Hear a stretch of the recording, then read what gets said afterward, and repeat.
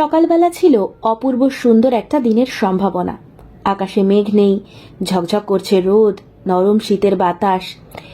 এইসব দিনে মনে হয়, আহ, বেঁচে থাকাটা কি আনন্দের। ভাগ্যিস মানুষ হয়ে জন্মেছিলাম। তখন মনে পড়ে না একদিন বা 1 ঘন্টা বাদে কি ঘটবে। মনে পড়ে না ঠিক সেই মুহূর্তে পৃথিবীর অন্য কোথাও হয়তো কেউ শুধু বেঁচে থাকবার জন্য, শেষ 1টি নিঃশ্বাস নেবার জন্য কিরকম আকুলি বিকুলি করছে। ছুটির দিন। টিফিন ক্যারিয়ারে আলুর দম, ডিম সেদ্ধ, পরোটা ভরা হয়ে গেছে। রাস্তা থেকে মিষ্টি কিনে নেওয়া হবে। ড্রাইভার পুরনো ডজ গাড়িটা ধুয়ে মুছে ঝকঝক করে ফেলেছে। আর সবাই তৈরি, শুধু মেয়েদের সাজগোজ আর শেষই হয় না। একবার বেরিয়ে এসেও আবার কিছু একটা ভুলে গিয়ে বাড়ির মধ্যে ফিরে যায়। হায়দ্রাবাদ টাউনে মিউনিসিপ্যালিটির চিফ ইঞ্জিনিয়ার গগনেন্দ্রনাথ সরকার আজ ধুতি ও ফ্লানেলের পাঞ্জাবি পরেছেন, কাঁধের ওপর রাখা একটি জামেয়ার, হাতে রূপো বাঁধানো ছড়ি। তিনি বারান্দায় দাঁড়িয়ে একটু অধৈর্যভাবে বললেন, বড় বৌমা, 8:30 বেজে গেল, এরপর পৌঁছতে অনেক দেরি হয়ে যাবে যে। গগনেন্দ্রনাথের ছোট ছেলে প্রিয়ব্রত, 13 বছর বয়স। সে আগে থেকেই গাড়িতে উঠে বসে আছে। বড় ছেলে দেবব্রত অফিসের কাজে বম্বে গেছে, সে এসে পৌঁছতে পারল না। সন্ধেবেলা তার ফেরার কথা। গগনেন্দ্র সারা জীবন কত রকম দায়িত্বপূর্ণ চাকরি করেছেন, কিন্তু বাড়ির লোকজনদের নিয়ে কোথাও বেরুতে গেলেই ভীষণ ভয়। কিছু যেন একটা ব্যবস্থা বাকি থেকে যাচ্ছে। বড় ছেলের বউ মাধুরী বেরিয়ে এসে বলল, এই তো বাবা, হয়ে গেছে আমাদের, ওরা এক্ষুনি আসছেন। গগনেন্দ্রনাথ বললেন, তোমার মাকে তাড়া দাও, বেরুতেই যদি দুপুর হয়ে যায় তাহলে আর কতক্ষণ থাকা হবে। তপুর বুঝি এখনো হয়নি, দেখবে ওই সবচেয়ে বেশি দেরি করবে। সে কথাই ঠিক। অন্য সকলে বেরিয়ে আসার পরেও তপতি এক্ষুনি আসছি বলে আরো দেরি করতে লাগলো। সে কুমারী যুবতী, তার সাজ পোশাকের ঘটা বেশি তো হবেই। তপতি বেরিয়ে এলো। তাকে দেখে সবাই অবাক। সে পরেছে পুরুষদের মতো ট্রাউজার্স আর তার উপরে রঙিন ফুল ছাপ পাঞ্জাবি। গগনেন্দ্রনাথ বললেন, এ আবার কি, তুই এরকম ভাবে যাবি নাকি? তপতি বাবাকে মৃদু ধমক দিয়ে বলল, বাবা তুমি কিচ্ছু বলবে না বলছি, আজকাল এরকম অনেকেই পরে। এ তো ছেলেদের পোশাক। মোটেই না, দাদাকে জিজ্ঞাসা করো বম্বের মেয়েরা এরকম পরে কিনা। লোকে তো হাসবে তোকে দেখে। মোটেই না। তপতির মা মন্দাকিনী আর মাধুরী অবশ্য মুখ টিপে হাসছে। 19 বছর বয়স হলেও তপতি এখনো ছেলে মানুষ। অদ্ভুত ধরনের কিছু না করলেও আনন্দ পায় না। মাধুরী পরেছে চওড়া লাল পাড়ের একটা গরদের শাড়ি। সদ্য স্নান করে তার স্নিগ্ধ মুখের সঙ্গে শাড়িটা খুব সুন্দর মানিয়েছে। তপতি বলল, বৌদি তুমি এটা কেন পরলে, আজ পুজো করতে যাচ্ছ নাকি? মাধুরী কিছু বলবার আগে তার শাশুড়ি বলল, এই তো বেশ সুন্দর দেখাচ্ছে, ঘরের বউ কি তোর মতো মেম সাহেব সাজবে নাকি? তপতি বলল, ঘরের বউ হলে কি সবসময় বউ বউ হয়ে থাকতে হবে? তার কোনো মানে নেই, আজকাল আর সব চলে না, দাদা মোটেই পছন্দ করে না। তুই চুপ কর তো, দেখবো তোর বিয়েটা হোক, তারপর দেখবো তুই কেমন মেম সাহেব হয়ে সাজিস। ওদিক থেকে প্রিয়ব্রত তাড়া দিল, তোমরা কি এখনো গল্পই করবে? ও মা, এসো। গাড়ি ছাড়ল। প্রিয়ব্রত ড্রাইভারের পাশে সিটে বসে আছে। ওই জায়গাটা তার বাঁধা। সে বৌদিকে পথের বর্ণনা দিচ্ছে। আজ গোলকুন্ডা ফোর্ট যাওয়া হবে। যদিও গোলকুন্ডা ফোর্ট ওদের সবার আগে দেখা, তবুও ওখানে গিয়ে পিকনিক করাই হলো আসল উদ্দেশ্য। একটি সুখী সম্পন্ন পরিবার। গগনেন্দ্রনাথ বহুকাল থেকেই প্রবাসী বাঙালি। তিনি যখন পাশ করে বেরোন তখন বাংলাদেশে লীগ মিনিস্ট্রি চলছে। তার মতন যুবকদের ভালো চাকরি পাওয়ার কোনো সম্ভাবনাই ছিল না। রাগ করে তিনি কলকাতা ছেড়ে বেরিয়ে পড়েন ভাগ্য অন্বেষণে। ঘুরতে ঘুরতে চলে আসেন হায়দ্রাবাদে তখন দেশীয় রাজা নিজামের আমল। বাংলাদেশে তিনি যোগ্যতা থাকা সত্ত্বেও উঁচু চাকরি পাননি, কিন্তু নিজামের অধীনে তিনি ভালো কাজ পেয়ে গেলেন। সেই থেকেই এখানেই বসতি। ধাপে ধাপে উন্নতি করেছেন। আর 2 বছর বাদেই রিটায়ার হওয়ার কথা। এইদিকে তার বড় ছেলেকেও ইঞ্জিনিয়ারিং পড়তে বিলেতে পাঠিয়েছিলেন। ছেলে মেম বিয়ে করেনি, বিদেশে থেকে যাওয়ার বায়না ধরেনি, যথাসময়ে ফিরে এসে এখানে স্টেট ইলেকট্রিসিটি বোর্ডে উপযুক্ত চাকরি পেয়ে গেছে। নিজে পছন্দ করে ছেলের বিয়ে দিয়েছেন গগনেন্দ্রনাথ। এমন চমৎকার বউ, যেমন লক্ষ্মীশ্রী তেমন নম্র স্বভাব। মেয়ে কলেজে পড়ছে, তার বিয়ের কথাবার্তাও প্রায় ঠিকঠাক। ছোট ছেলেও পড়াশোনাতে ভালো, কোথাও কোনো অশান্তি নেই। গগনেন্দ্র সরকারের মতো সার্থক পিতা এদেশে কটি। একটি সুখী পরিবার পিকনিকে যাচ্ছে। দেবব্রত উপস্থিত থাকলে আরও সর্বাঙ্গ সুন্দর হতো। একটি উজ্জ্বল আনন্দময় দিন, আকাশে মেঘের ছায়া পর্যন্ত নেই। ঠিক সেই সময় মুম্বাইয়ে একটা হোটেলের ঘরে দেবব্রত দাড়ি কামাচ্ছিল। খালি গা, পাজামার দড়ি আলগা, চুল ঝুলে পড়েছে কপালে। একটু আগে সে ঘুম থেকে উঠেছে। গতকাল সন্ধ্যায় সে একটি পার্টিতে গিয়েছিল। ফিরতে অনেক রাত হয়েছে।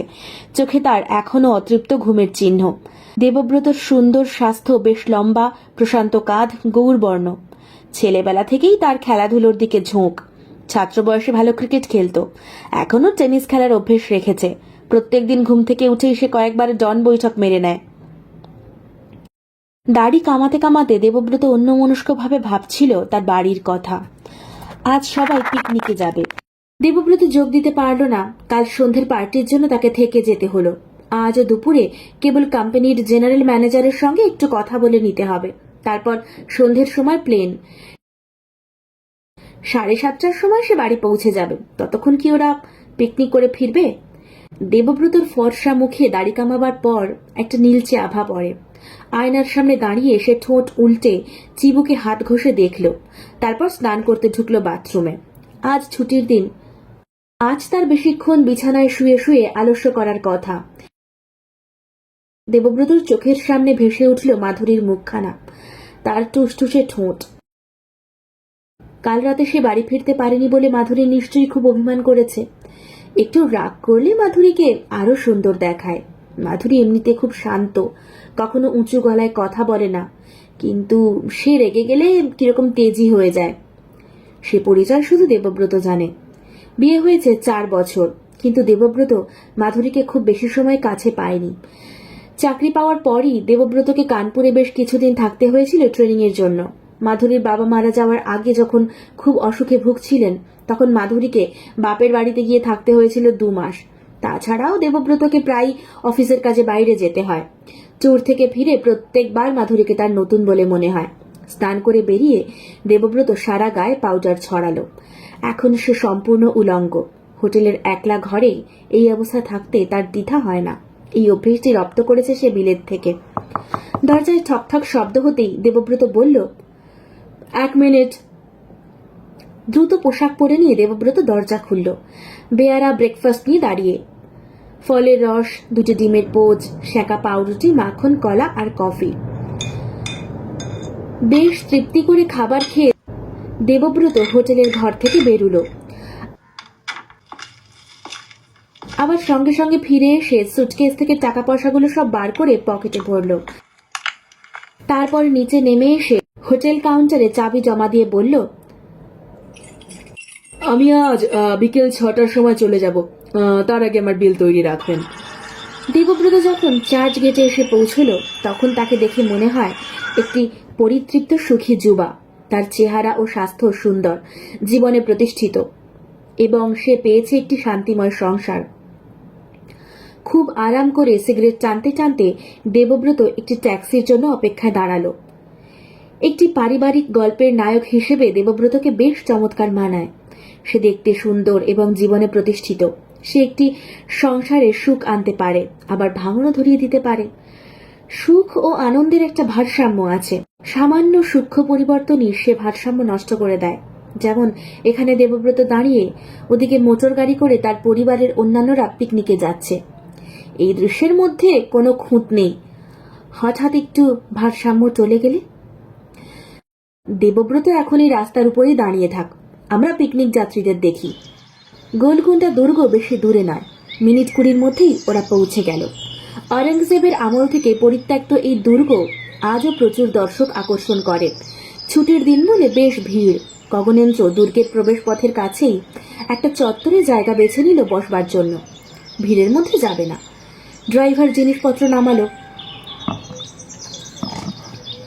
প্রিয়ব্রত আর তপতি শুধু এক জায়গায় বসে থাকতে চায় না, তারা সবাই ছোটাছুটি করবে, ঢুকবে সেই ঘরে যেখানে হাততালি দিলে ওপরে প্রতিধ্বনি হয়, সিঁড়ি গুনে গুনে উঠবে পাহাড়ের চূড়ায়, দুর্গের মূল অংশে। মাধুরী যেতে চাইল না, ভক্তিমতী বউ হিসেবে তার উচিত শ্বশুর শাশুড়ির কাছাকাছি থাকা। প্রিয়ব্রত সে কথা শুনল না, জোর করে মাধুরীর হাত ধরে টানতে টানতে বলল, না বৌদি, তোমাকে যেতেই হবে, শিগগিরই এসো বলছি। মাধুরী বলল, আমি আবার গিয়ে কি করব? আমি তো একবার দেখেছি। তা হোক, আমাদের সঙ্গে এসো। মাধুরীর শাশুড়ি মন্দাকিনী বললেন, বৌমা যাও না, যখন বলছে ওরা। এই, তোরা কিন্তু তাড়াতাড়ি ফিরবি। শ্বশুর শাশুড়ির কাছ থেকে খানিকটা দূরে এসেই মাধুরী চঞ্চলা যুবতী হয়ে গেল। তার বয়স সবেমাত্র 21। এই বয়সে অনেক মেয়ে কুমারী থাকে। মাধুরী পাল্লা দিয়ে ছুটতে লাগলো ওদের সঙ্গে। সিঁড়ি দিয়ে অর্ধেকটা পাহাড়ে ওঠার পর হাঁপিয়ে গেল তিনজনেই। তারপর সিঁড়ির একটা পাশেই খোপ মতো একটা জায়গায় বিশ্রাম নেওয়ার জন্য সকলে বসল, যেখানে একসময় বর্ষা বন্দুক হাতে সিপাহীরা পাহারা দিত। প্রিয়ব্রত বলল, ইস, বাদাম কিনে আনলে হতো। বৌদি, পয়সা দাও না। মাধুরী বলল, পয়সা কোথায় পাবো? আমি তো ব্যাগই আনিনি। তুমি বড্ড কিপটে হয়ে যাচ্ছ আজকাল। এখন আর বাদাম খেতে হবে না। নিচে কি চমৎকার ঝালচানা বিক্রি হচ্ছে। তপতি বলল, আমার ব্যাগটা বাড়িতে ফেলে এসেছি। প্রিয়ব্রত তক্ষুনি নেমে পড়ল। আমি নিচ থেকে আসছি। কথাটা বলে প্রিয়ব্রত ছুটতে শুরু করেছে। মাধুরী ডাকলো, এই প্রিয়, যাস না, বাবা বকুনি দেবেন কিন্তু। কে কার কথা শুনে। প্রিয়ব্রত তখন অনেকটা নেমে গেছে। মাধুরী আর তপতি অগত্যা পা ঝুলিয়ে বসে গল্প করতে লাগলো। কিন্তু দুজন সুন্দরী যুবতীকে প্রকাশ্য জায়গায় বসে গল্প করার সুযোগ আমাদের সমাজ দেয় না। সিঁড়ি দিয়ে ওঠানামা করছে যত মানুষ ওদের দিকে তাকিয়ে দেখছে, অসংখ্য কৌতূহলী চোখ, নানা মন্তব্য। কয়েকটি বাঙালি ছেলে ওদের অবাঙালি মনে করে বাংলায় কদর্য উক্তি করে চলে গেল, আর কয়েকটি হায়দ্রাবাদী যুবক থমকে দাঁড়িয়ে গেল ওদের কাছাকাছি, পরস্পরের গা ঠেলাঠেলি করে নানা রকম অসভ্য ইঙ্গিত করতে করতে। তপতি সব গ্রাহ্যই করছে না, সে যেন অন্যদের দেখতেই পাচ্ছে না, এই ভঙ্গিতে গল্প করে যেতে লাগলো। মাধুরীর খুব অস্বস্তি হচ্ছে, একটু একটু ভয়ও পাচ্ছে। একবার সে তপতিকে বলল, চলো না আমরা নিচে নেমে যাই। তপতি সে কথায় ভ্রুক্ষেপ করল না। যুবকগুলি আরো কাছে এগিয়ে এলো, অসভ্যের মতন একেবারে ওদের গা ঘেঁষে দাঁড়ালো, অথচ ওদের সঙ্গে সরাসরি কথা বলবার সাহস নেই। শেষ পর্যন্ত তপতি আর থাকতে পারল না, চুস্ত উর্দুতে জিজ্ঞাসা করল, আপনারা এখানে এসে দাঁড়িয়েছেন কেন? সরে যেতে পারছেন না? যুবকদের মধ্যে একজন তপতির পোশাকের দিকে ইঙ্গিত করে বলল, আপনি লড়কা না লড়কি? রাগে চোখ মুখ লাল হয়ে গেল তপতির। সে আরো কিছু বলতে যাচ্ছিল, মাধুরী জোর করে তার হাত ধরে টেনে হাঁটতে শুরু করলো। এই সময় হাঁপাতে হাঁপাতে এসে পৌঁছল প্রিয়ব্রত। আর বিশেষ কিছু ঘটল না। ছোকরারা হাসাহাসি করতে করতে নেমে গেল। ওরা আবার উঠতে শুরু করলো উপরের দিকে। এই সামান্য ঘটনাতেই ওদের মেজাজ বিগড়ে গেছে। একটু আগে পৃথিবীটা কত সুন্দর ছিল, এখন তপতির মনে হচ্ছে পৃথিবীটা অতি বাজে জায়গা। একটু বাদে এসে মাধুরী বলল, আমাদের প্রিয়কে দেখেই কিন্তু ছেলেগুলো চলে গেল। প্রিয়কেও তাহলে লোকে ভয় পায়। তপতি বলল, হ্যাঁ, ওকে দেখে ভয় পেয়েছে না হাতি, ওই তো ডিগডিগে চেহারা। এক মুখ চানাচুর নিয়ে প্রিয়ব্রত বলল,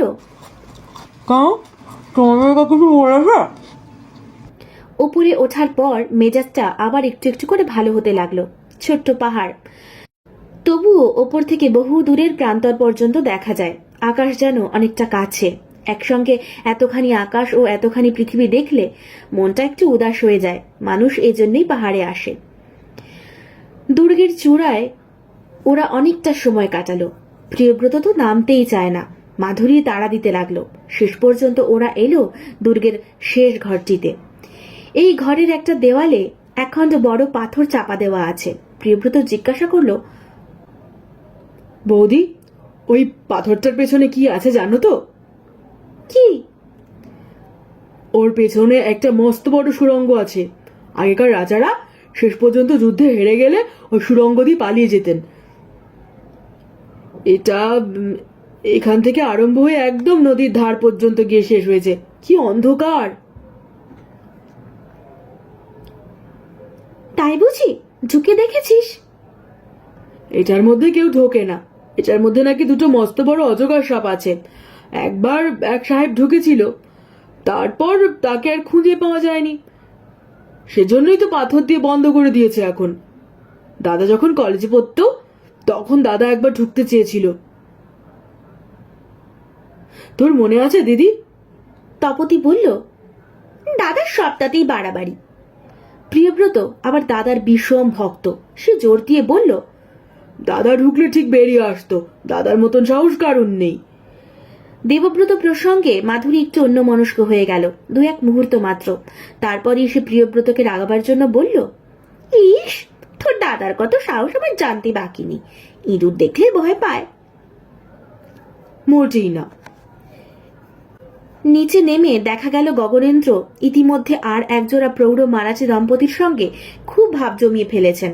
মন্দাকিনী কিনেছেন 3খানা কার্পেটের আসন, 2খানা পাথরের বাটি। একজন কাঠের খেলনাওয়ালা তার সামনে খুব ঝুলোঝুলি করছে। তিনি কিছুতেই কিনবেন না। খাওয়া দাওয়া শেষ করে ওরা গাড়ি নিয়ে আবার বেরিয়ে পড়লেন। যাওয়া হলো সেকেন্দ্রাবাদ পর্যন্ত। পথে কোথাও কোথাও নামা ও মেয়েদের জিনিসপত্র কেনাকাটাতে বিকেল গড়িয়ে গেল। বাড়ি ফিরতে ফিরতে সন্ধে। তখন হোসেন সাগর আর ওসমান সাগরের শেষ সূর্যের লাল আভা ছড়িয়ে পড়েছে। বাড়ি ফিরতেই দেবব্রতকে নিয়ে আসার জন্য গাড়ি পাঠিয়ে দেওয়া হলো এয়ারপোর্টে। একটু বাদেই দেবব্রতর বন্ধু জাফর এসে হাজির হলো। জিজ্ঞাসা করল, দেব এখনো আসেনি? জাফর হায়দ্রাবাদের নিজামের মন্ত্রী পরিবারের ছেলে। চেহারায় সম্ভ্রান্ত বংশের ছাপ। যেমন সুদর্শন তেমনি গুণবান। সে দেবব্রতর স্কুল জীবন থেকে বন্ধু। বাংলা সম্পর্কে তার আগ্রহও আছে। রবীন্দ্রনাথ পড়বে বলে ইদানিং বাংলা শিখতে শুরু করেছে। এ বাড়িতে এসে সে বাংলায় কথা বলার চেষ্টা করে। জাফর এলে এ বাড়িতে সবাই খুশি হয়। সে খুবই প্রাণবন্ত মানুষ। খুব ছোট বয়স থেকেই এ বাড়িতে আসছে বলে সবার সঙ্গেই তার ঘনিষ্ঠতা। বাড়ির মেয়েরাও নিঃসংকোচে তার সামনে আসে, গল্প করে। প্রিয়ব্রত সাড়ম্বরে তাকে শোনাতে লাগলো আজকের পিকনিকের কাহিনী। গগনেন্দ্র কিছুক্ষণ বসে জাফরের সঙ্গে রাজনীতি ও দেশের অবস্থা আলোচনা করলেন। তপতি আসতেই জাফর জিজ্ঞাসা করলেন, কি হবে নাকি এক বাজি চেজ? এইটুকু বয়সেই তপতি বেশ ভালো দাবা খেলে। এ বাড়িতে দাবা খেলার খুব চলন আছে। এমনকি প্রিয়ব্রত অনেকটা খেলতে শিখেছে। তবে সবচেয়ে ভালো খেলে মাধুরী। তার ধৈর্য বেশি। সে চট করে ভুল চাল দেয় না কখনো।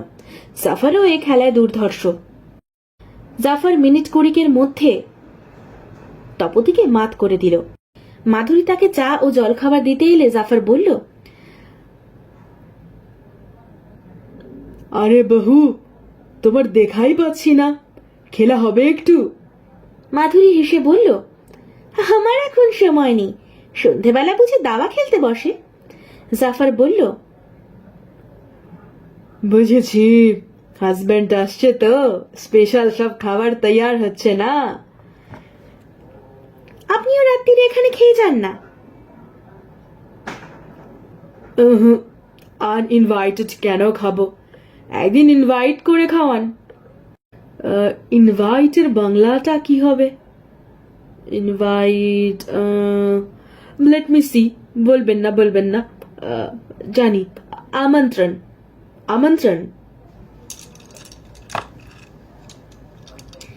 তাও হয়, আমরা মুখে বলি নেমন্তন্ন। তা কবে নিমন্ত্রণ করছেন? তপতি একটু ভুল চাল দেওয়ায় মাধুরী বলল, ওটা কি করছো? ঘোড়াটা যাবে যে। তপতি হাসতে হাসতে বলল, তাহলে তুমিই খেলো না বাবা। মাধুরী বলল, আমি পারবো না, এক্ষুনি মা ডাকবেন। কথা বলতে বলতেই মাধুরী একটু উদ্বিগ্নভাবে দেওয়াল ঘড়ির দিকে তাকালো। 8:30 বাজে। দেবব্রত কেন এখনো এলো না? প্লেন তো অনেকক্ষণ আগে পৌঁছে যাবার কথা। জাফর সেটা লক্ষ্য করে বলল, প্লেনে লেট হতে পারে। एक बाजी खेलते बसुन ना, the time will pass quickly. জাফরের পীড়াপিড়িতে মাধুরীকে বসতেই হলো শেষ পর্যন্ত। তপতি আর প্রিয়ব্রত পাশে বসে দেখছে। সত্যিকারের একটা প্রতিযোগিতা। এখন দাবা খেলাটা শুধু সময় কাটাবার জন্য খেলে না, রীতিমতন আর্টের পর্যায়ে উঠে গেছে। যেন রাজা মন্ত্রী অশ্ব গজ পদাতিক দিয়ে দুদিকের দুটি সংসার, সামান্য একটু ভুল চাল হলেই সংসার ভেঙে যাবে। মাধুরী খেলার সময় সাধারণত কথা বলে না, অন্য কোনো দিকে মন দিতে চায় না, শুধু এই ছকটিই দেখে। কিন্তু আজ সে বারবার ঘড়ি দেখছে, মাঝে মাঝে উৎকর্ণ হয়ে শোনবার চেষ্টা করছে গাড়ির আওয়াজ। বাড়ি ফেরার পর থেকেই আজ তার মন চঞ্চল হয়ে আছে। প্রায় 15 মিনিট দুপক্ষই চুপচাপ থাকার পর মাধুরী তার একটি নৌকা ঠেলে দিল এ প্রান্ত থেকে ও প্রান্তে। তপতি পর্যন্ত আঁতকে উঠল। বৌদি, কি করলে? জাফর মাধুরীকে বলল, চাল ফেরত নেবেন?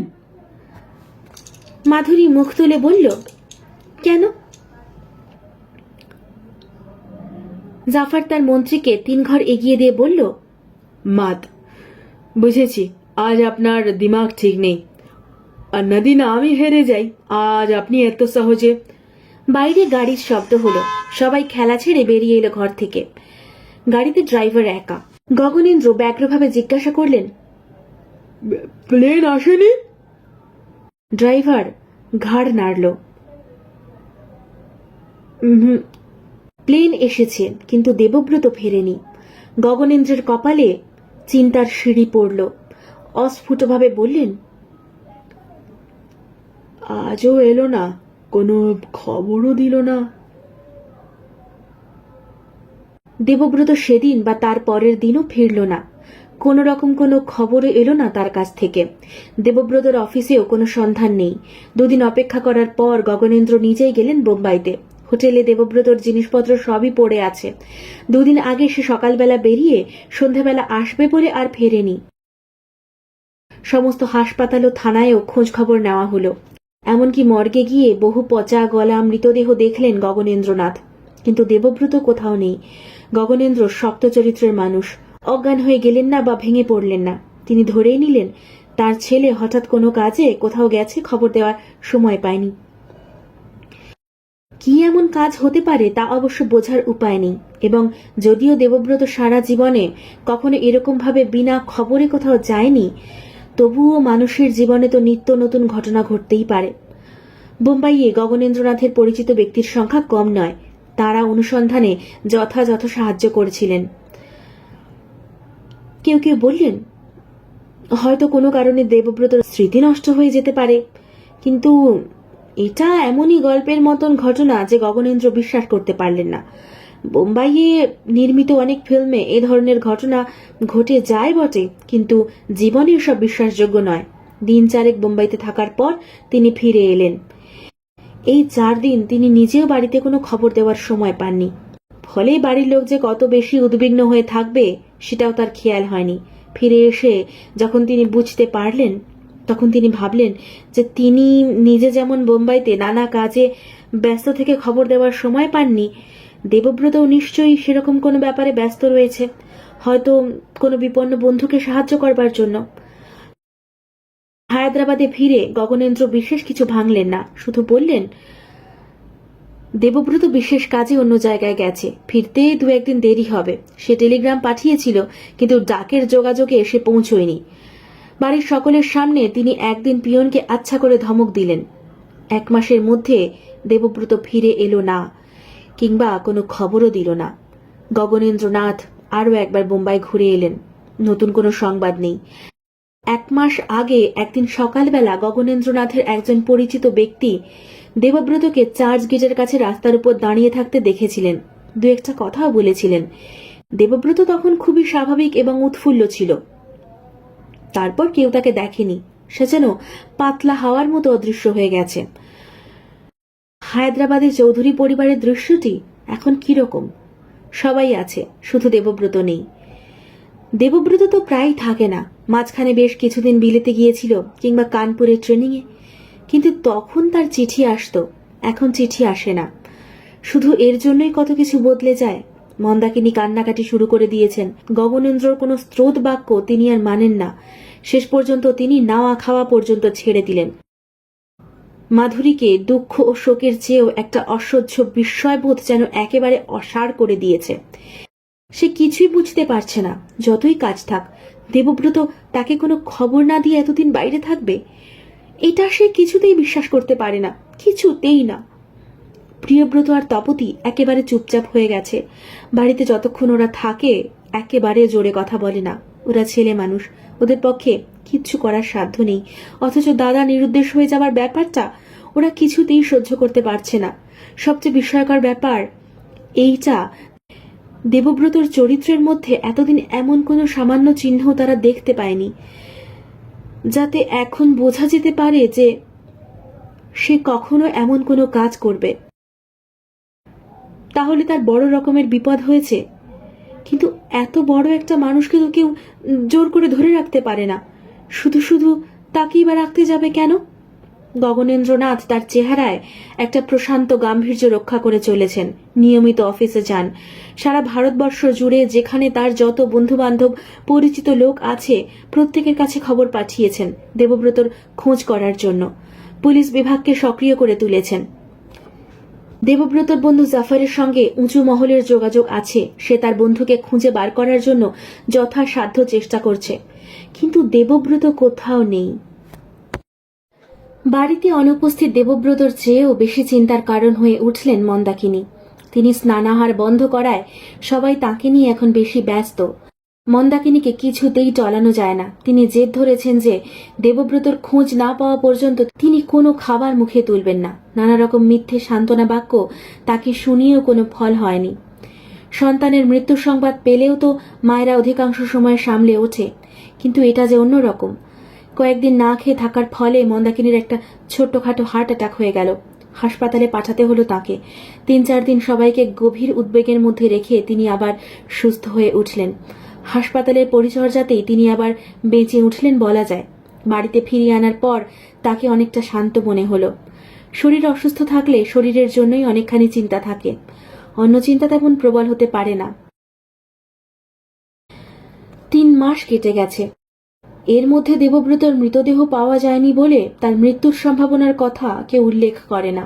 সবাই ধরে নিয়েছে কোন একটা অনির্দিষ্ট কারণে দেবব্রত বাড়ির সঙ্গে যোগাযোগ রাখতে পারছে না।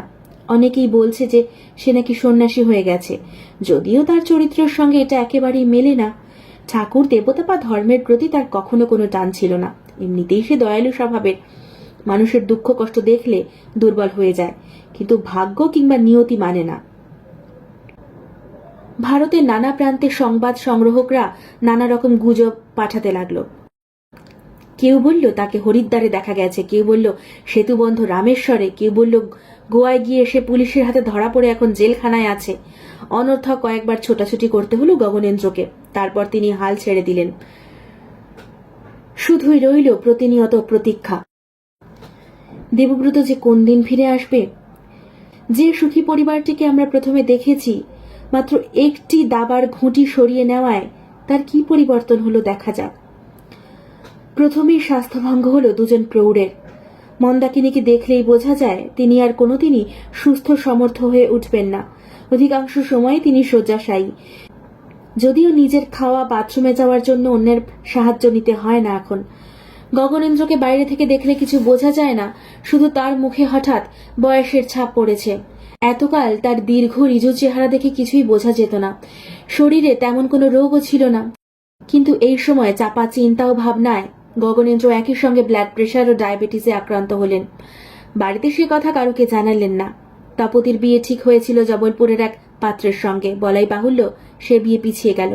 ইতিমধ্যে তপতি অন্য একটি পরিকল্পনা করেছিল। দাদার বন্ধু জাফরের সঙ্গে তার কিছুটা হৃদয় বিনিময় হয়েছিল। পরস্পর পরস্পরের প্রতি অনুরক্ত, যদিও প্রকাশ্যে কথা কেউ কোনোদিনও বলেনি। দুজনে দুজনের চোখের দিকে গাঢ়ভাবে তাকিয়ে হৃদয়ের সংবাদ বুঝে নিয়েছে।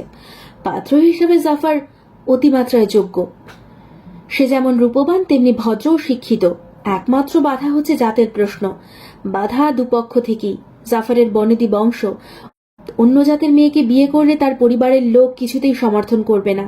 কিন্তু জাফর পুরুষ মানুষ, এই বাধা সে অতিক্রম করতেও পারে। তপতি জানে তার মা বাবা তেমন রক্ষণশীল নয়। আবার এতটা উদারও নয় যে এরকম বিয়ে মেনে নিতে পারবে। বাবাকে কোনো রকমে বোঝানো গেলেও মাকে কিছুতেই শান্ত করা যাবে না। তপতি ছটফটে স্বভাবের মেয়ে। সে ঠিক করে রেখেছিল বাবা সম্পূর্ণ বাধা না দিলে সে জোর করে বেরিয়ে গিয়ে জাফরকে বিয়ে করতে রাজি। সে এইসব জাতের বন্ধন ভাঙতে চায়, কিন্তু দেবব্রত নিরুদ্দেশ হওয়ায় সবকিছু ওলট পালট হয়ে গেল। এখন বাবা মাকে তার পক্ষ থেকে এমন আঘাত দেওয়া মানে মৃত্যুর দিকে ঠেলে দেওয়া। মাকে কিছুতেই বাঁচানো যাবে না। তপতি কি করতে পারে? মা বাবার জীবনের বিনিময়ে সে তো প্রগতি সমর্থন করতে পারে না। তপতি ঠিক করলো তাকে আত্মত্যাগ স্বীকার করতেই হবে। তপতি জাফরের সঙ্গে মেলামেশা একেবারে বন্ধ করে দিল। প্রিয়ব্রতর কিশোর জীবনে তার দাদাই ছিল তার কাছে একমাত্র আদর্শ। জীবনের সার্থকতার মানে বুঝত সে দাদার মতন হওয়া। এখন দাদার আকস্মিক অনুপস্থিতিতে তার চোখের সামনেটা শূন্য হয়ে গেল। দিনরাত দাদার কথা ভাবে। এক এক সময় ঠিক করে যে বাড়ি থেকে বেরিয়ে গিয়ে সে দাদাকে খুঁজে আনবে। সে গেলে দাদাকে ঠিক খুঁজে পাওয়া যাবেই। পড়াশোনায় বেশ ভালো ছাত্র ছিল প্রিয়ব্রত। সে বছর স্কুলের পরীক্ষায় অনেক খারাপ ফল হলো তার। এরই মধ্যে জানা গেল মাধবী অন্তঃসত্ত্বা। এর মধ্যে এলাহাবাদ থেকে মাধুরীর দাদা সুবিমল এসে দেখা করে গেছে একবার। মাধুরীর এই অবস্থার কথা শুনে তারা তাকে জোর করে এলাহাবাদে নিয়ে গেল।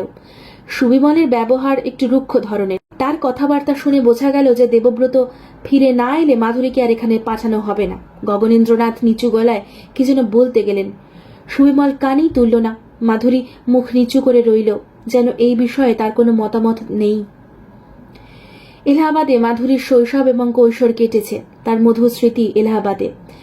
কিন্তু এবার তার সবকিছুই দুঃসহ মনে হতে লাগলো। এখানকার কত মানুষ তার চেনা, কিন্তু বাড়ি ঘর ছেড়ে সে কোথাও যায় না। সবসময় তার মনে হয় লোকে তার দিকে অদ্ভুতভাবে তাকাচ্ছে। তার স্বামী নিরুদ্দিষ্ট, এটা যেন তারই অপরাধ। শ্বশুরবাড়ি থাকার সময় যে দুঃখটা সে সকলের সঙ্গে ভাগ করে নিতে পারত, তাকে আলাদাভাবে সান্ত্বনা দেওয়ার কোনো প্রয়োজন ছিল না। কিন্তু এখানে সকলে তাকে সান্ত্বনা জানাতে আসে। এইটা যেন এতটাই ফাঁপা ও অর্থহীন যে তার কানে না লেগে পারে না। কেউ কেউ আবার দেবব্রতর চরিত্র নিয়ে সন্দেহ প্রকাশ করে। এটা আরো অসহ্য। মাধুরীর বাবা বেঁচে নেই। তার 3 দাদা ছড়িয়ে আছে ভারতবর্ষের 3 প্রান্তে। এক দিদি বিয়ের পর থেকেই স্বামীর সঙ্গে থাকে আফ্রিকায়। সুবিমল আর তার স্ত্রী দুজনেই এখানকার কলেজে পড়ায় এবং ক্লাব ও রাজনীতি নিয়ে খুব ব্যস্ত। বাড়িতে কথা বলার মধ্যে আছে শুধু তার মা। মা শুধু তার নিজের ভাগ্যকেই দোষ দেন। কত দেখে শুনে গুণবান জামাই এনেছিলেন। সেই জামাইয়ের যে এরকম হবে কে জানতো? এরকম মানে কিরকম সেটাই সে বুঝে উঠতে পারে না। মাধুরীর সন্তান জন্মাবার দিন 2 আগে একটা চিঠি এলো তার নামে। চিঠিখানায় কোনো ঠিকানা নেই। ডাকঘরের ছাপ আছে আলমোড়া। একটা খুব পুরনো হলদেটে কাগজে বড় বড় অক্ষরে লেখা, মাধুরী, আমি সন্ন্যাস ব্রত অবলম্বন করেছি। সংসারে আর আমার মন নেই। কয়েকটা প্রশ্নের উত্তর না পাওয়া পর্যন্ত আমি ফিরব না। তোমরা সুখে থেকো। নবজাতককে আমার আশীর্বাদ দিয়ে। ইতি দেবব্রত। চিঠিখানা পড়ে মাধুরী একটা দীর্ঘশ্বাস ফেলল। মাধুরীর শরীর তখন পাষাণ ভার। শুয়ে আছে বিছানায়।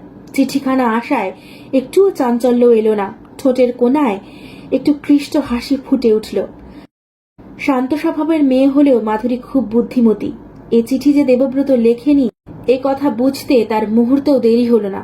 হাতের লেখা গোপন করবার জন্য বড় বড় অক্ষরে লেখা হয়েছে। এই সংকটজনক সময় মাধুরীর মনে খানিকটা শান্তি ফিরিয়ে আনবে বলে এটা লিখেছে কেউ। তার যে সন্তান জন্মাবে তার বাবা যে বেঁচে আছে এটুকু জানাও তো বিরাট সান্ত্বনা। কে লিখেছে ওই চিঠি? মাধুরী অনুমান করল প্রিয়ব্রতর কিংবা জাফরের। প্রিয়ব্রতর ছেলে মানুষী বুদ্ধিতে একথা মনে লাগা সম্ভব। কিংবা জাফর, দেবব্রতকে সে সত্যিই ভালোবাসে। এমনও হতে পারে জাফরের পরিকল্পনায় প্রিয়ব্রতকে দিয়ে লেখানো হয়েছে, তারপর অন্য কারুকে দিয়ে আলমোড়া থেকে পোস্ট করানো। এটা এমন কিছু অসম্ভব ব্যাপার নয়। চিঠিখানা নিয়ে কি করবে তাই নিয়ে মাধুরী 2-1 মুহূর্ত ভাবল। বাড়ির অন্য কারুকে কি দেখানো উচিত? যদি তারা বিশ্বাস করে বসে, দাদা নিশ্চয়ই আলমোড়ায় গিয়ে খোঁজ খবর করার চেষ্টা করবে। শুধু টাকা পয়সা নষ্ট।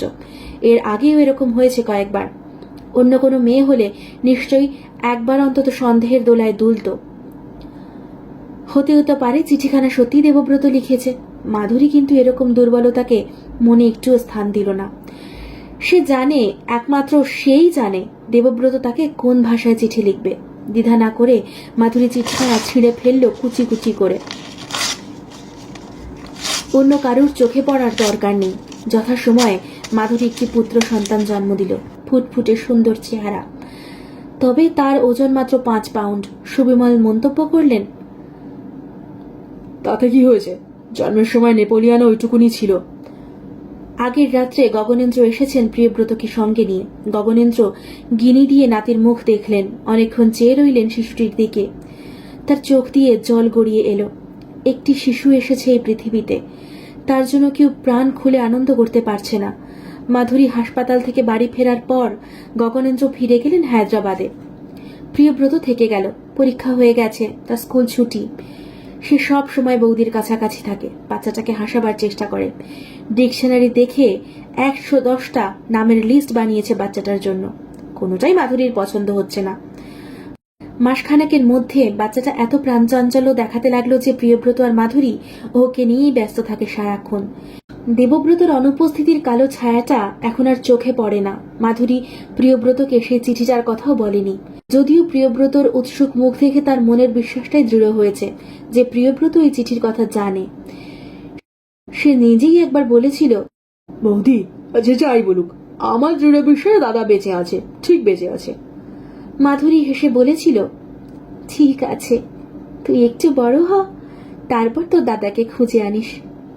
আনবই তো, তুমি দেখো দাদা যেখানেই থাক, আমি একদিন ঠিক তোমার সামনে এনে হাজির করব। তোর দাদা যদি না আসতে চায় তাও নিয়ে আসবি? তার মানে? মাধুরী আর কিছু বলেনি। বাচ্চাটার ডাক নাম দিয়েছে শুনটি সোনা। ওই নামে ডাকলেই সে জুলু জুলু চোখ করে তাকায় আর ফোকলা দাঁতে হাসে। মাথায় বেশি চুল নেই, ছোট চোখ দুটি বেশ টানা টানা। গায়ের রঙের লালচে ভাবটা কেটে গিয়ে ফর্সা রং বেরিয়ে এসেছে। কেউ কেউ বলে দেবব্রতর মতো দেখতে হয়েছে, কেউ কেউ বলে অবিকল মাধুরীর মতন। প্রিয়ব্রতর দৃঢ় ধারণা তার দাদার সঙ্গে শুনটি সোনার মিল বেশি।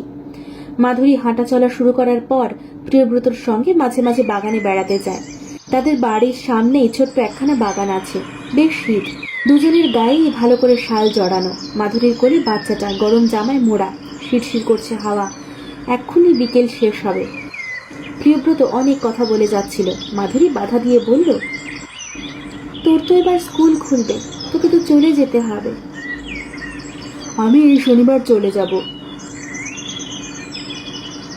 আবার কবে তোর সঙ্গে দেখা হবে কে জানে। মাঝে মাঝে আসবি তো? একলা আসতে পারবি? প্রিয়ব্রত অবাক হয়ে জিজ্ঞাসা করল, তুমি যাবে না? মাধুরী অন্যমনস্ক বলল, আমি? আমার কি আর যাওয়া হবে? বাহ, 4-5 মাস বাদেই তোমাকে আসতে হবে। আমি গিয়ে কি করব বলতো? বাহ, ওটাই তো তোমার বাড়ি। এটা তোমার বাড়ি নাকি? এটা তো তোমার দাদার বাড়ি। মাধুরী সে সরল কিশোরের দিকে তাকিয়ে অদ্ভুতভাবে হাসল। কিছুদিন ধরেই মাধুরী এই কথাটাই ভাবছে। দেবব্রত যদি আর কোনোদিনও ফিরে না আসে তাহলে সে কোথায় থাকবে?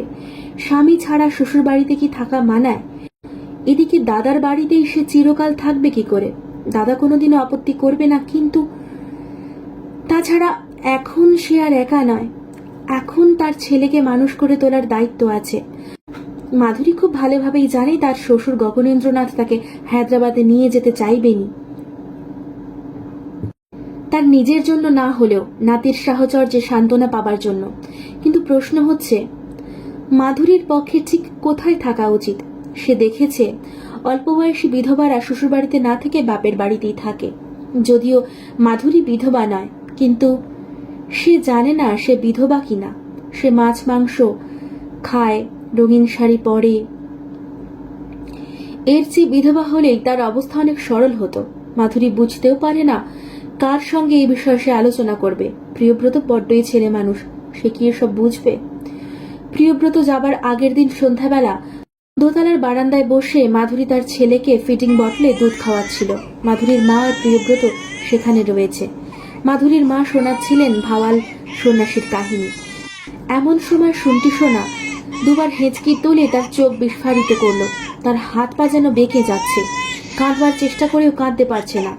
কি হলো বলে মাধুরীর মা ছুটে এলেন। বাচ্চাটাকে ছো মেরে কোল থেকে নিয়ে পিঠে চাপড় মারতে লাগলেন। দম আটকে গেছে গো, বিষম খেয়েছে। মাধুরী উঠে দাঁড়িয়ে বিদ্যুতের মতন প্রিয়ব্রতর দিকে ঘুরল। ডাক্তার, শিগগির। মা বললেন, ডাক্তার ডাকতে হবে না, এক্ষুনি সেরে যাবে, বাচ্চাদের এরকম হয়। মাধুরী সে কথায় ভ্রুক্ষেপ করল না, আবার প্রিয়ব্রতকে বলল, শিগগির ডাক্তার ডাক। প্রিয়ব্রতর শুধু গায়ে গেঞ্জি ছিল, সেই অবস্থাতেই সে দৌড় দিয়ে সিঁড়ি দিয়ে নামলো। কাছেই একজন ডাক্তার থাকেন, এই পরিবারের খুব চেনা। প্রিয়ব্রত যখন ডাক্তার সাক্সেনাকে ডেকে নিয়ে এলো, তখন মাধুরী তার ছেলেকে কোলে শুয়ে পাথরের মূর্তির মতো বসে আছে। তার মা গরম জলের সেক দিচ্ছেন শিশুটির পায়ে। কোথাও কোনো শব্দ নেই। ডাক্তার সাক্সেনা দুই এক পলক থমকে দাঁড়ালেন। মা ও ছেলেকে দেখলেন একসঙ্গে, একটা দীর্ঘ নিঃশ্বাস ফেললেন। তারপর একটু এগিয়ে গিয়ে হাঁটু মুড়ে বসে ছেলের গায়ে হাত দিলেন, কিন্তু তাকিয়ে আছেন মাধুরীর চোখের দিকে। মাধুরী কোনো প্রশ্নই করল না। ডাক্তার তখন মাধুরীর মায়ের দিকে ফিরে বললেন, জন্ম থেকেই ওর স্বাস্থ্য খারাপ ছিল, চেষ্টা করে ওকে বাঁচানো যেত না, অনেকক্ষণ আগে মারা গেছে। জোর গলায় কান্না শোনা গেল মাধুরীর মায়ের। প্রিয়ব্রত কান্না দমন করার জন্য ঠোঁটে ঠোঁট চাপল। মাধুরী নিস্পন্দ, অদ্ভুত উদাসীন চোখে এসে তাকিয়ে রয়েছে দেওয়ালের দিকে। ছেলেকেও আর দেখছে না। নিদারুণ শোকের দৃশ্য। তবু একটি কথা এখানে না বলে উপায় নেই।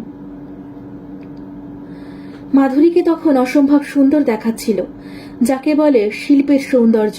প্রিয়ব্রত বিস্ফারিত চোখে দেখছিল। মাধুরী সেই রকম ভাবেই বসে রইল ছেলে কোলে নিয়ে। সুবিমলার স্ত্রী খবরে পেয়ে বাড়ি চলে এলো। অনেক মানুষ। মাধুরী কাঁদল না, কারুর কথাও শুনল না।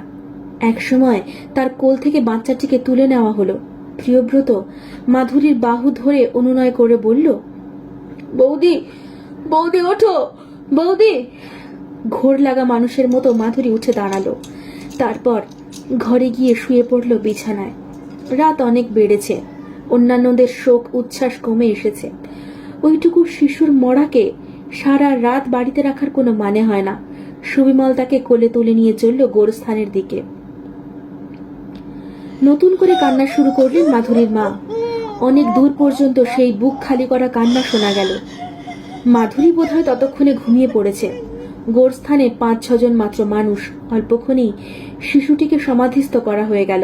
কিছুক্ষণ আগেও যে বেঁচে ছিল, মায়ের আদর কেড়েছিল, সে এখন আর নেই। সে চলে গেল মাটির নিচে। ঠান্ডা অন্ধকারে তাকে একা ফেলে রেখে যেতে হবে। প্রিয়ব্রতই মাটি চাপা দিল, হাত দিয়ে প্লেন করে দিয়ে এলো মাটি। অনেকক্ষণ ধরে হাত বুলোচ্ছিল। সুবিমল বলল, এবার ওঠো। কেন যে এরা কষ্ট দিতে পৃথিবীতে আসে। মধ্যরাত্রে নির্জন রাস্তা দিয়ে ওরা পায়ে হেঁটে বাড়ি ফিরল। চাঁদের আলোয় ধুয়ে যাচ্ছে পৃথিবী। মনে হয় চতুর্দিক আশ্চর্য শান্তি ছড়ানো।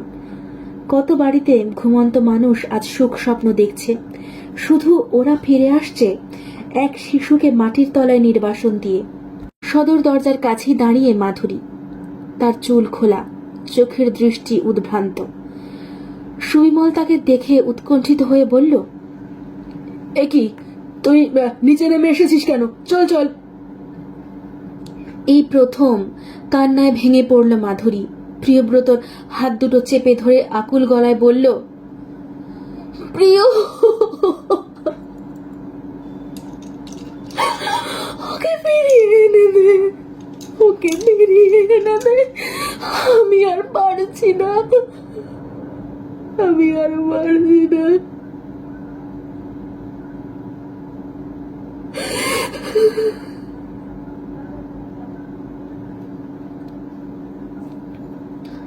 প্রিয়ব্রতর কিশোর হৃদয় দুলে দুলে উঠতে লাগলো। সে ঠিক বুঝতে পারল না বৌদি কাকে এনে দেবার কথা বলছে, তার স্বামীকে না তার সন্তানকে। শোক থেকে অসুখ, কঠিন অসুখে ভুগে ভুগে মাধুরী প্রায় মরতে বসেছিল, কিংবা নিজেই হয়তো সে মরতে চাইছিল। সে মৃত্যু বাসনা তার রোগকে আরো তীব্র করে তোলে। বেশ কিছুদিন সে সম্পূর্ণ শয্যাশায়ী। তার সোনার অঙ্গে কালি ধরেছে, খুব রোগা হয়ে গেছে, ছোট্ট হয়ে গেছে চেহারাটা, তাকে ভালো করে চেনাই যায় না। সে সময় গগনেন্দ্রনাথ আবার এলেন এলাহাবাদে। নিজের চোখে মাধুরীর অবস্থা দেখে কারুর কোনো যুক্তি পরামর্শ শুনলেন না, জোর করে তাকে নিয়ে এলেন হায়দ্রাবাদে। সুবিমলকে বললেন, আর কিছু না হোক, মেয়েটার অন্তত একটু হাওয়া বদল তো হবে, এখানে থাকলে নিশ্চিত মরে যাবে। মাধুরীর মাও শেষ পর্যন্ত আপত্তি করলেন না। তিনিও যেন আস্তে আস্তে তার মেয়ের জীবনের আশা ছেড়ে দিচ্ছিলেন এবং ধরে নিয়েছিলেন এসবই নিয়তি। অতখানি অসুস্থ অবস্থায় মাধুরীকে এক জায়গায় নিয়ে যাওয়া বেশ ঝুঁকিপূর্ণ ছিল। গগনেন্দ্রনাথ সেসব ঝুঁকি নিতেও দ্বিধা করলেন না। একটি স্টেশনে ওয়াগন ভাড়া করলেন এবং সঙ্গে নিয়ে এলেন একজন নার্স। হায়দ্রাবাদে পৌঁছে যখন মাধুরীকে নামানো হলো, তখন তাকে দেখে মনে হলো সে যেন স্বামী গৃহে শেষ নিঃশ্বাস ফেলতে এসেছে।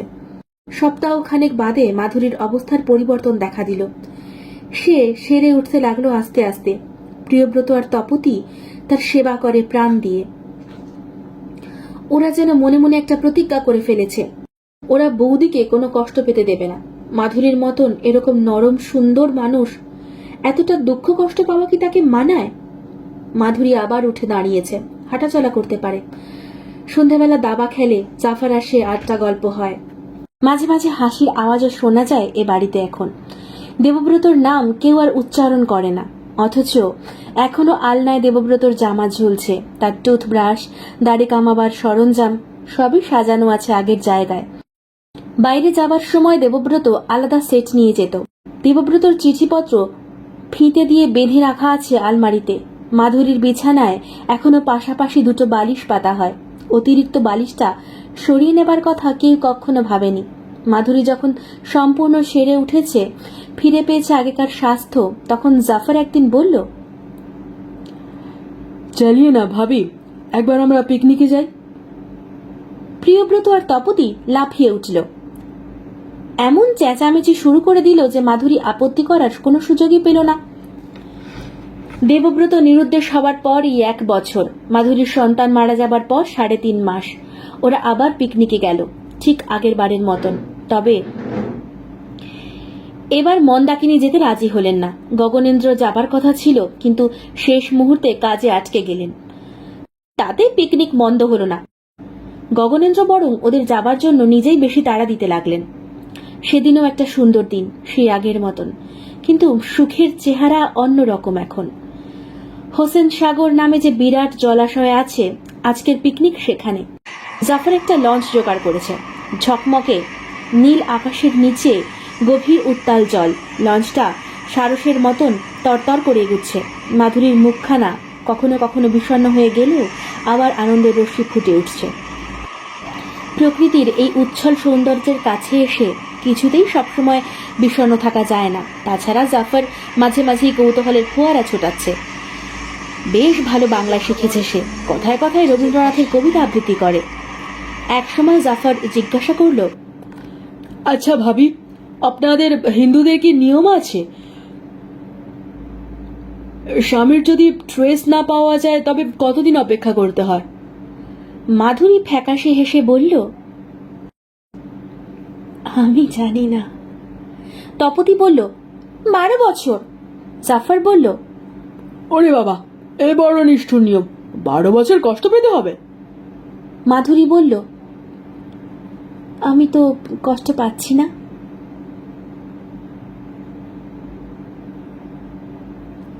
যদি মরে যায়, কেউ জানতে না পারে? প্রিয়ব্রত জোর গলায় বলল, দাদা মরেনি, কিছুতেই মরেনি। জাফর তার দিকে তাকিয়ে হেসে বলল, কথার কথা বলছি, যদি ধরো, মানে যদি মরে যায়। তপতি বলল, সেটা জানতে পারলে কিছুই হবে না। দেবটা বাড্ডা নিমক হারাম। আরে বাবা, যদি মরেই গেলি, একটা চিহ্ন রেখে যেতে পারলি না? প্রিয়ব্রত আবার বলল, দাদা মরেনি।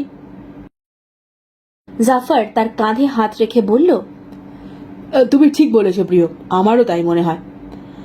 আমার সবসময় মনে হয় তোমার দাদার সঙ্গে হঠাৎ করে কোনো না কোনো সময় দেখা হয়ে যাবে, এমনকি এক্ষুনিও দেখা হয়ে যেতে পারে। ওই যে নৌকাটাতে বসে আছে হয়তো, ওকে ঠিক দেবের মতন দেখতে না? ও কি দেব হতে পারে না? সবাই সঙ্গে সঙ্গে ঘাড় ঘুরিয়ে উদ্গ্রীব হয়ে সেদিকে দেখল। কাছেই একটা নৌকায় একজন যুবক ওদের দিকে পিছন ফিরে বসে আখ চিবোচ্ছে আর ছিবড়েগুলো ছুঁড়ে ছুঁড়ে জলে ফেলছে। প্রিয়ব্রত বলল, যা, আমার দাদার মাথায় মোটে অত কম চুল না, ওর তো প্রায় টাক পড়ে গেছে। মানুষ তো বদলে যায়। তপতি বলল, দাদা এখানে এসেও আমাদের সঙ্গে দেখা না করে দূরে থাকবে, তা কখনো হয়? কেনই বা এরকম করবে? জাফর বলল, কিন্তু এইরকম হঠাৎ আবার দেবের সঙ্গে দেখা হয়ে গেলে দারুণ ব্যাপার হতো, তাই না? প্রিয়ব্রত বলল, দাদাকে যখন আবার দেখবো তখন আমি যে কি করব। মাধুরী আস্তে আস্তে বলল, ওরকম ঘটনা নভেল নাটকেই হয়। জাফর মাধুরীর দিকে চেয়ে বলল, ভাবি, আপনি ঠিক করে বলুন তো, আপনার কি মনে হয় ও সত্যি বেঁচে আছে? মাধুরী জলের দিকে চেয়ে বলল, আমি কি করে বলবো? আপনার ইনটিউশন কি বলে? কিছুদিন আগে আমি আলমোড়া থেকে একটা চিঠি পেয়েছিলাম। তপতি চমকে উঠল, সত্যি? এতদিন বলনি তো? আমি জানি চিঠিটা ওর লেখা নয়। জাফর আর প্রিয়ব্রত চোখাচোখি করল। জাফর বলল,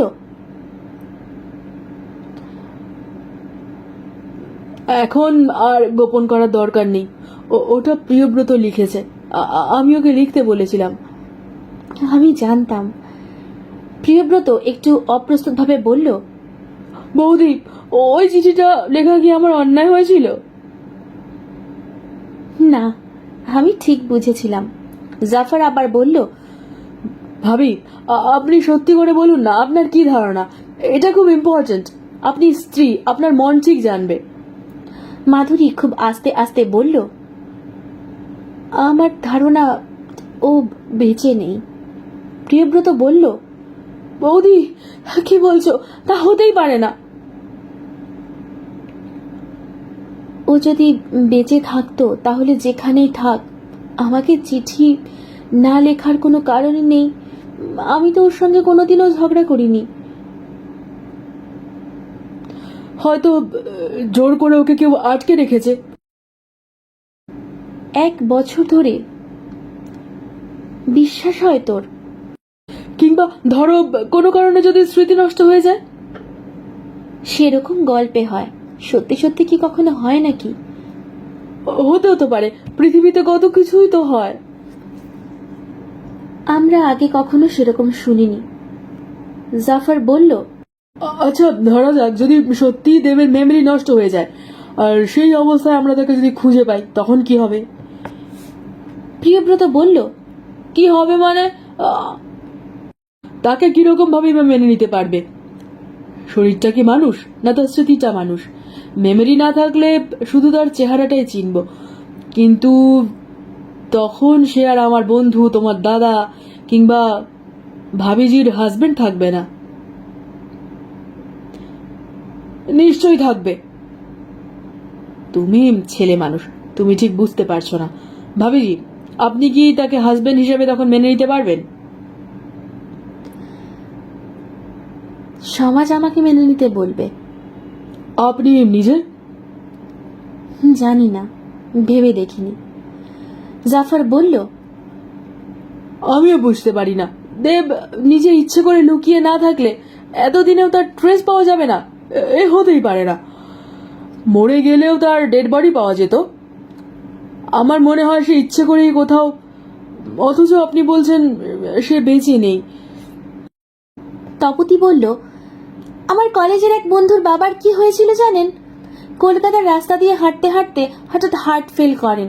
পকেটে কোনো কাগজপত্র ছিল না। পুলিশ তার পরিচয় জানতে পারেনি, মর্গে রেখে দিয়েছিল। 7 দিন পর তার খোঁজাখুঁজিও শুরু হয়। ওর তখন কলকাতায় থাকার কথা নয়, আসামে থাকার কথা, তাই সবাই তাকে আসামে খুঁজছে। ওদের এক আত্মীয় ছিল পুলিশে, বাই চান্স তিনি কলকাতায়, তখন ভালো করে চেনাই যায় না। জাফর বলল, দেবের কেসটাও কি এরকম হতে পারে না? মাধুরী বলল, থাক, ও আলোচনায় আর নয়, এখন থাক। জাফর বলল, হ্যাঁ তাই থাক। আপনি বুঝিয়ে নিয়ে বেশি ভাবতে যান না।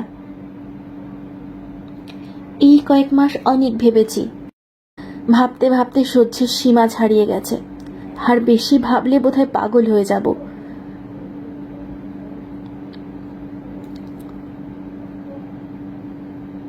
মনটাকে অন্যদিকে ঘুরিয়ে দিন, একটা গান করুন না। আমি না, এখন গান আসবে না। ভাবি, আপনি একসময় কিন্তু ভালো গান করতেন, আমি শুনেছি। আপনি যদি আবার গান বাজনার চর্চা শুরু করেন, মনটা ভালো থাকবে। আচ্ছা। আমার প্রাণের পরে চলে গেল বসন্তে বাতাসটুকুর মতো, সে যে ছুঁয়ে গেল, নুয়ে গেল রে, ফুল ফুটিয়ে গেল শত শত, সে চলে গেল বলে গেল না। আপনি একটা গান করুন না। আমার গলায় সুর নেই, মির্জা গালিবের একটা গাজল শুনবেন? আপনি তো উর্দু বোঝেন। একটু একটু। कोई आग नहीं बती ने हम दिगार से, है हर एक फरद। মানে বুঝলেন তো?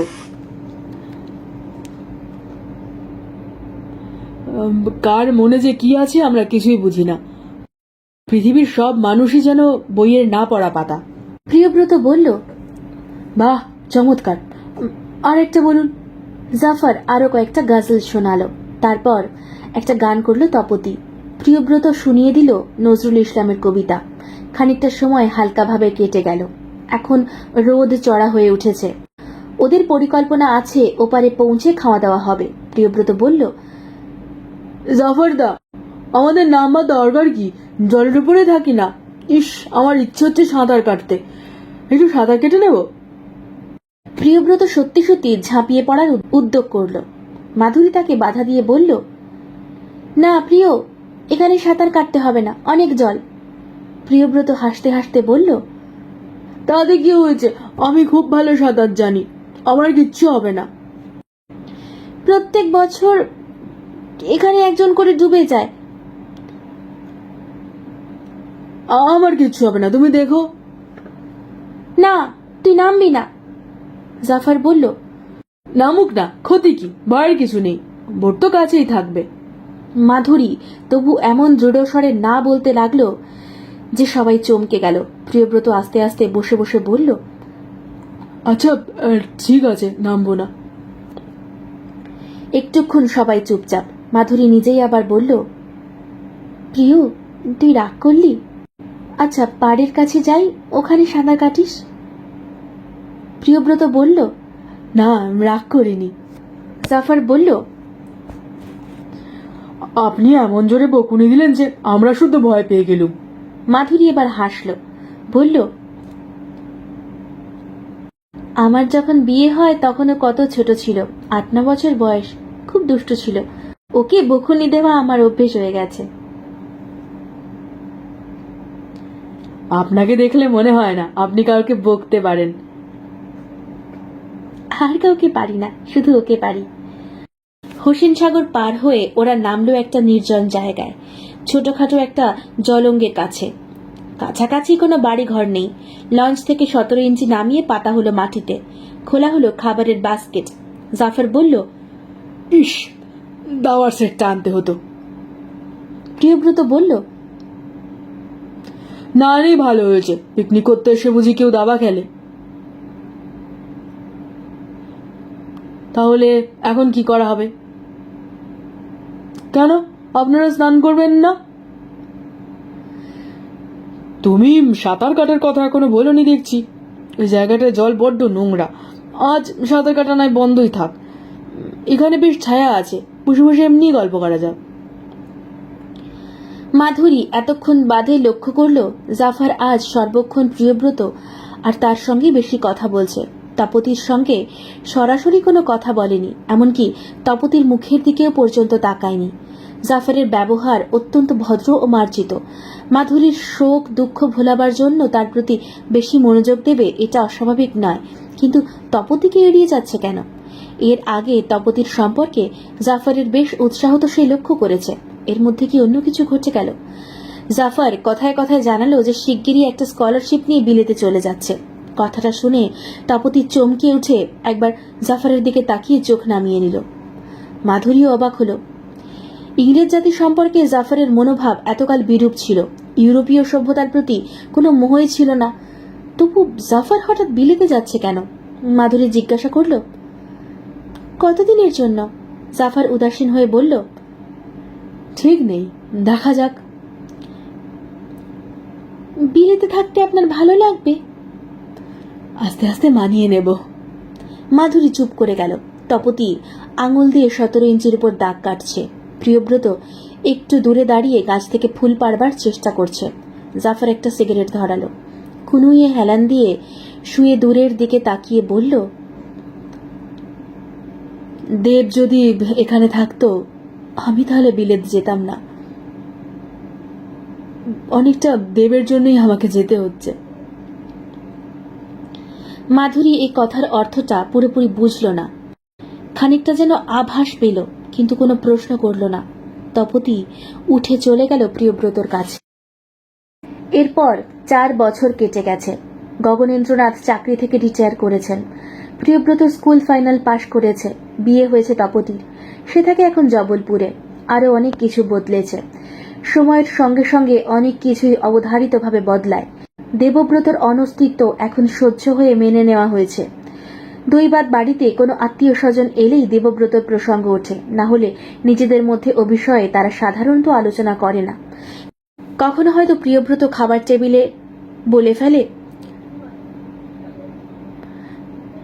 দাদা নেই বলে এখন আর আমাদের বাড়িতে ঝাল রান্না হয় না। এরকম ঝাল ছাড়া মাংস দাদা মুখে তুলতে পারতো না। কিংবা দেবব্রতর ব্যবহৃত আলমারি টেবিলকে এখন ওরা দাদার টেবিল, দাদার আলমারি এসব বলে। এসব কথার মধ্যে বেদনাবোধ ছুঁয়ে থাকে না। কাগজের এক বিজ্ঞাপন দেখে জবলপুরের এক পাত্রর সঙ্গে তপতির বিয়ে ঠিক করলেন গগনেন্দ্রনাথ। তপতি কোনো আপত্তি করল না।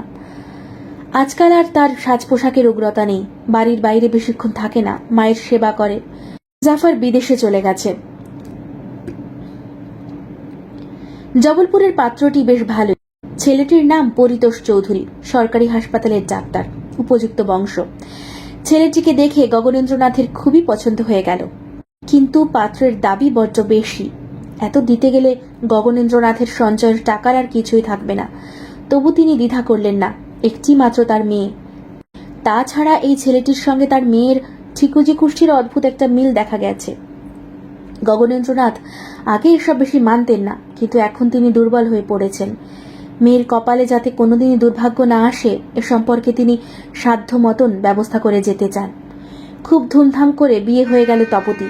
হায়দ্রাবাদের বহু গণ্যমান্য ব্যক্তি নিমন্ত্রণ খেয়ে গেলেন। সানাইতে বসন্ত বাহার বাজল, কিন্তু বিয়ের দিনটিতে দেবব্রতর কথা আবার নতুন করে মনে পড়ল সকলের। নতুন রকমের দুঃখ। বোনের বিয়েতে দেবব্রতরই সবকিছু করার কথা ছিল। তার এত আদরের বোন দেবব্রত থাকলে কতই না আনন্দ হই হই করত। সে নেই। গগনেন্দ্রনাথ খেটে মরছেন। বাইরের কোনো লোক জানল না। সেদিনও বাড়িতে অত আনন্দেও, অত হইচইয়ের মধ্যেও একসময় এক ঘরে বাড়ির সবাই কিছুক্ষণ কেঁদে নিয়েছে। বিয়ের পর তপতি জবলপুরে চলে যাবার পর গগনেন্দ্রনাথ বুঝতে পারলেন তিনি একটা ভুল করেছেন। আর একটু চেষ্টা চরিত্র করে হায়দ্রাবাদেরই কোনো পাত্রর সঙ্গে তপতির বিয়ে দিতে পারতেন। তাহলে অন্তত মেয়েকে চোখের দেখা দেখতেই পারতেন। দেখা যেত ইচ্ছে করলেই। মেয়ের বিয়ে দিয়ে তাকে পরের ঘরে পাঠাতেই হতো, কিন্তু এক শহরে তো শ্বশুরবাড়ি হতেই পারত। কেননা তপতি চলে যাবার পর যেন বাড়ি একেবারে অন্ধকার হয়ে গেল। দেবব্রতর অভাবের চেয়েও তপতির অভাব আরো বেশি প্রকট। তপতি একাই যেন সারা বাড়ি ভরেছিল, এখন সব দিক থেকে শূন্য। সবচেয়ে বেশি কষ্ট পেতে লাগলেন মন্দাকিনী। অসুখে ভোগার পর থেকেই তিনি তপতিকে একেবারে আঁকড়ে ধরেছিলেন। এখন যেন তার আর বেঁচে থাকার কোনো মূল্যই রইল না। প্রথম কয়েক মাস তপতি ঘন ঘন বাপের বাড়িতে ঘুরে গেল, তারপর কমে গেল স্বাভাবিকভাবেই। পরি তো সেটা পছন্দ করে না। বিবাহিত জীবনে তপতিকে এমনিতেই অনেক বেশি সুখী মনে হয়। বাবা মায়ের দুর্বলতার জন্য তার সংসারে বিঘ্ন আনার কোনো যুক্তিই হয় না।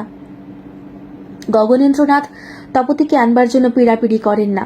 মন্দাকিনী একা একা দুঃখ পান। হায়দ্রাবাদের বাঙালি সমাজটি খুব ছোট। প্রথম দিকে অনেক চেষ্টা করেও গগনেন্দ্র মেয়ের জন্য উপযুক্ত কোনো পাত্র খুঁজে পাননি। আরও কিছুদিন অপেক্ষা করলেও চলত। গগনেন্দ্র ব্যস্ত হয়েছিলেন। নিজে চাকরি থেকে রিটায়ার করার আগে মেয়েটার বিয়ে দিয়ে তিনি নির্ঝঞ্ঝাট হবেন।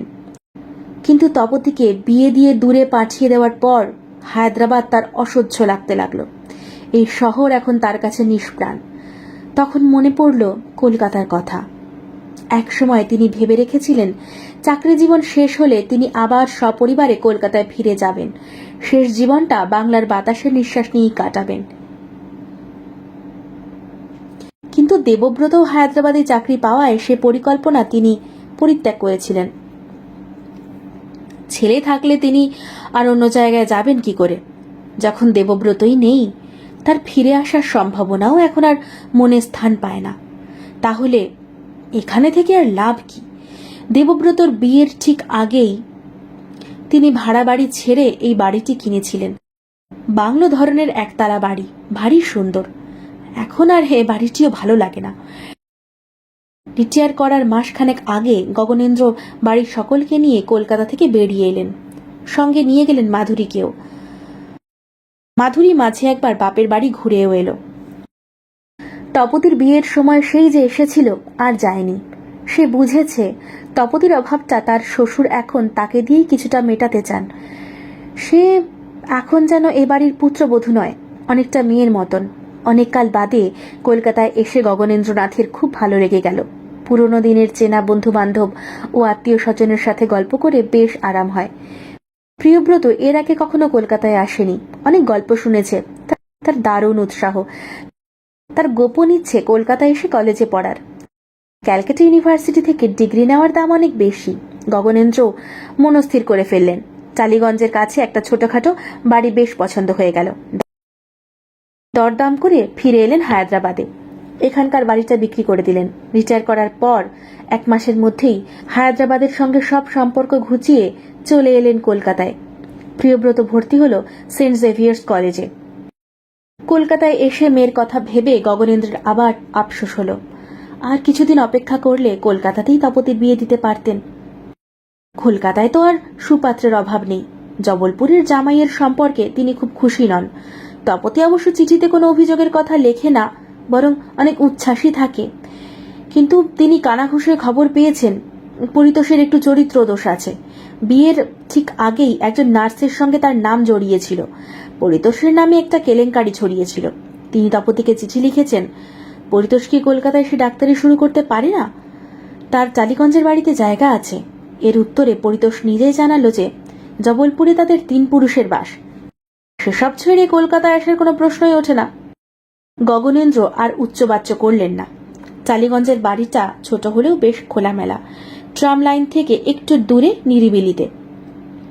উপরে 3খানা ঘর, নিচে 2খানা, 1 ফালি উঠোন, 2টি বারান্দা, 3 তলাতেও একটা ঘর আছে। সেটি প্রিয়ব্রতর পড়ার ঘর। 1 তলায় একটি বৈঠকখানা, বাকিটা খালিই পড়ে থাকে। নতুন করে বাড়ি সাজানোর ফলে আর দেবব্রতর জামা আলনায় ঝোলে না। বাথরুমে তার টুথব্রাশ থাকে না। মাধুরীর বিছানায় এখন একটি বালিশ। দেওয়ালে এখন দেবব্রতর একটি বাঁধানো ছবি ঝোলে, বিয়ের আগেকার। সে তখন সদ্য ইঞ্জিনিয়ারিং পাশ করে কনভোকেশনের সময় ডিগ্রি নিচ্ছে, সেই ছবি। নতুন পরিবেশে নতুন জীবন, অনেক স্বাচ্ছন্দ্য। রান্নার জন্য একজন রাঁধুনি রাখা হয়েছে। কিন্তু খাবার দাবারের ব্যবস্থা এখন মাধুরীর হাতে। তার স্বাস্থ্য এখন চমৎকার। মন প্রফুল্ল। সকালবেলা সেই সবার আগে ওঠে, স্টোভ ধরিয়ে চা বানায়। প্রথমে এসে ডাকে প্রিয়ব্রতকে। এখানে এসে প্রিয়ব্রতর কলেজে ভর্তি হতে একটু দেরি হয়েছে, তাকে পড়াশোনার জন্য বেশ খাটতে হবে। এদিকে প্রিয়ব্রতটা হয়েছে অসম্ভব ঘুম কাতুরে। মাধুরী এসে বেশ কয়েকবার দরজায় ধাক্কা দিলে প্রিয়ব্রত ওঠে। ঘুম চোখে পাজামার দড়ি বাঁধতে বাঁধতে এসে ঝাঁঝালো গলায় বলে, উফ, আর একটু পরে চা দিতে পারো না? এখনো কাকপক্ষীও ডাকেনি। মাধুরী বলে, কটা বাজে জানিস? 5:30। তোমরা এখনো গাইয়াই রয়ে গেলে। কলকাতায় লোকে এত তাড়াতাড়ি ঘুম থেকে ওঠে না। চাম চলছে, আওয়াজ শুনতে পাচ্ছিস না? চলুক, কলকাতার বেশিরভাগ মানুষ দেরি করে ঘুম থেকে ওঠে, সেটাই ফ্যাশন। প্রিয়ব্রতর বড় বড় চুলগুলো ঝরে পড়েছে কপালে। দেখতে দেখতে বেশ লম্বা হয়ে গেছে সে। গলার আওয়াজে আর কৈশোরের চিহ্ন নেই। তার দিকে চেয়ে থেকে সস্নেহে বকুনি দিয়ে মাধুরী বলল, খুব ক্যালকেশিয়ান হয়ে গেছিস, যা মুখ ধুয়ে আয়। প্রিয়ব্রত আবার শুয়ে পড়ার উদ্যোগ করছিল, বলল, দাও, চাটা দাও, খেয়ে আর একটু ঘুমিয়ে নি। প্রিয়ব্রত মুখ না ধুয়েই চা খেতে চায়। মাধুরী কিছুতেই তা দেবে না। রোজ এই নিয়ে জোর করতে হয় মাধুরীকে। সে বলল, আবার ঘুমোবি কি? পড়তে বসতে হবে না? বৌদি, তুমি আজকাল আমার উপর বড্ড গার্জেনগিরি করছো।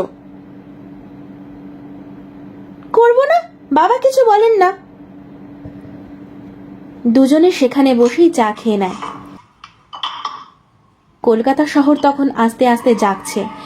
কাক ও শালিকের ডাক ছাড়িয়ে ক্রমে ক্রমে শোনা যাচ্ছে ট্রাফিকের শব্দ। প্রিয়ব্রত বাথরুমে চলে গেলে মাধুরী শ্বশুর শাশুড়ির জন্য ফলের রস বানাতে বসে। ওরা সকালে চা খান না। ফলের রস খেয়ে গগনেন্দ্র বেরিয়ে যান প্রাতভ্রমণে। মন্দাকিনী বিছানাতেই শুয়ে থাকেন। মাধুরী তাকে ওষুধ খাওয়ায়। তারপর রাধুনীকে দেয় জলখাবার বানানোর নির্দেশ। চাকরকে বাজারে পাঠায়। 10টার মধ্যে প্রিয়ব্রত খেয়ে দিয়ে কলেজে বেরিয়ে যায়। ততক্ষণই সারা বাড়িতে কিছুটা ব্যস্ততা থাকে। তারপর অখণ্ড অবসর। সারা বাড়ি নিঝুম। কোনো কোনো দুপুরে গগনেন্দ্র বেরিয়ে পড়েন পুরনো কলকাতার সঙ্গে দেখা করার জন্য। মন্দাকিনী ঘুমিয়ে থাকেন। মাধুরী দুপুরে ঘুমোতে পারে না। এই সময় তার সময় কাটতেই চায় না। বই পড়ে পড়ে চোখ ব্যথা হয়ে যায়। এত বই বা আসে কোথা থেকে? মাধুরী বাংলা গল্প উপন্যাস পড়তে ভালোবাসে, কিন্তু প্রিয়ব্রতর বাংলা পড়ার অভ্যেস নেই। সে ইংরেজি মাধ্যমে লেখাপড়া শিখেছে। হায়দ্রাবাদে মিশেছে অবাঙালিদের সঙ্গে। বাংলা পড়ার সুযোগ পেল কোথায়? এখন সে মাঝে মাঝে চেষ্টা করে, কিন্তু ধৈর্য রাখতে পারে না। তবে সে প্রায় মাধুরীর জন্য বাংলা বই এবং পত্রপত্রিকা কিনে আনে। প্রিয়ব্রত সন্ধ্যার পর বাড়ির বাইরে থাকে না। কোনো কোনো দিন হঠাৎ কলেজ ছুটি হলে সে দুপুরেও বাড়িতে ফিরে আসে। এই নতুন পরিবেশে তার বিশেষ কোনো বন্ধু বান্ধব হয়নি। একা একা কোথাও যায়ও না। বাইরে সে এখনো লাজুক স্বভাবের, লোকের সঙ্গে মিশতে পারে না। এখন বৌদি তার একমাত্র বন্ধু। বৌদির সঙ্গেই যত রকম গল্প।